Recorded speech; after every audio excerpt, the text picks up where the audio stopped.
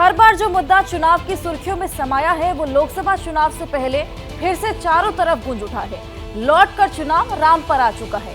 BJP तो राम के लिए अपनी आस्था और प्राथमिकता जताती रही, लेकिन अचानक तमाम विपक्षी पार्टियों का राम नाम के नाम का पहाड़ा पड़ने लगी है।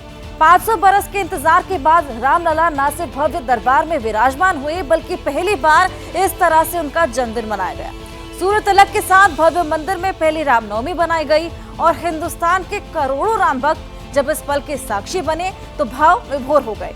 तो शुरुआत इसी अलौकिक तस्वीर के साथ और उसके बाद राम को लेकर शुरू हुई राजनीति की बात करें।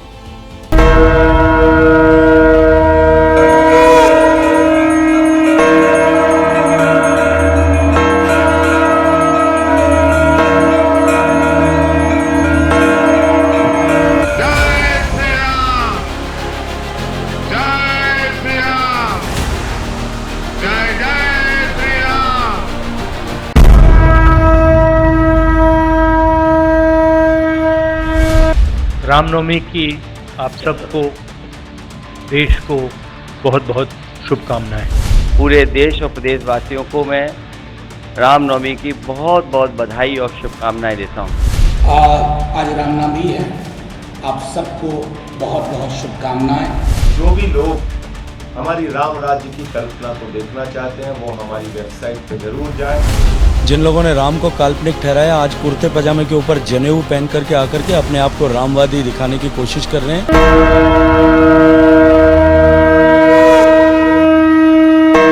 22 जनवरी को अयोध्या में प्राण प्रतिष्ठा के बाद पहली बार रामनवमी मनाई जा रही है।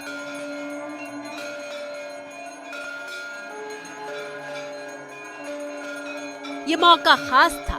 ये रामनवमी खास रही क्योंकि पहली बार भव्य दरबार में रामलला के जन्मदिन का उत्सव मनाया गया। आहि गए रघुनंदन सजवा दो द्वार द्वार, स्वर्ण कलश रखवा दो बंधवा दो बंधनवार। जय श्री राम, जय जय श्री राम। बुधवार दोपहर को घड़ी में करीब 12:15 बजने वाले थे। मूर्ति के सामने पर्दा पड़ा हुआ था। अगले पल के लिए वहां मौजूद और लाइव दर्शन करने वाले करोड़ों लोग टकटकी लगाए इंतजार में थे। जैसे ही घड़ी की सुइयां 12:16 का वक्त बताती है, शंख बजने लगता है और सूर्य के तिलक से भगवान राम के जन्म का उत्सव शुरू हो जाता है।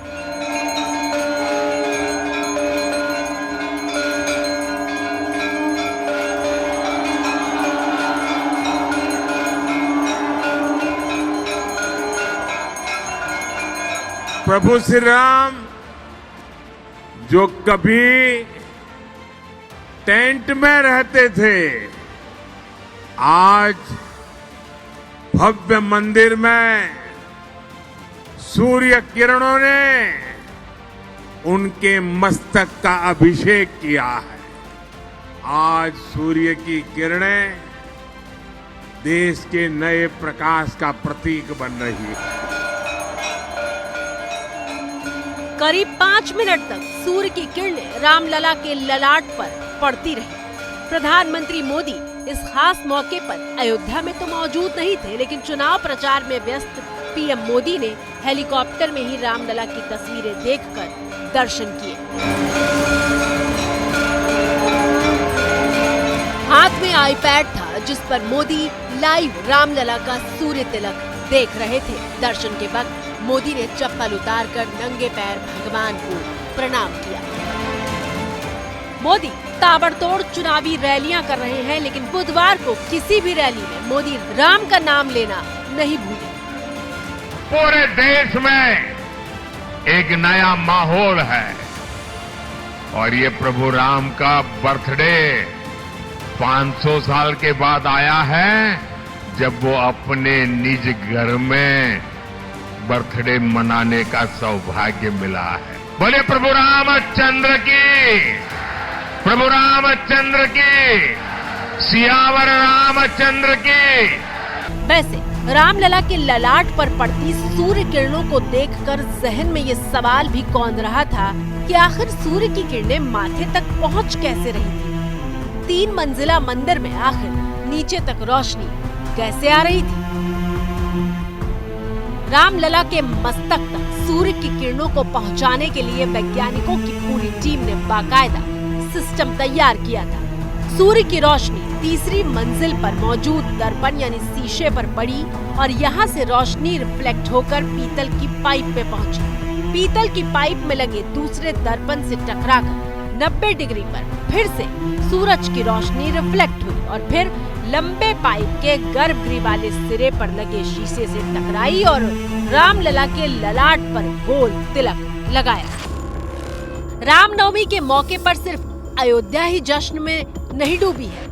अयोध्या के साथ साथ पूरा उत्तर भारत और यहाँ तक कि श्रीनगर तक जश्न मनाया जा रहा है। सवाल ये है कि क्या इसीलिए अचानक चुनाव के पहले राजनीति में राम का नाम पूरी ताकत के साथ सुनाई देने लगा है?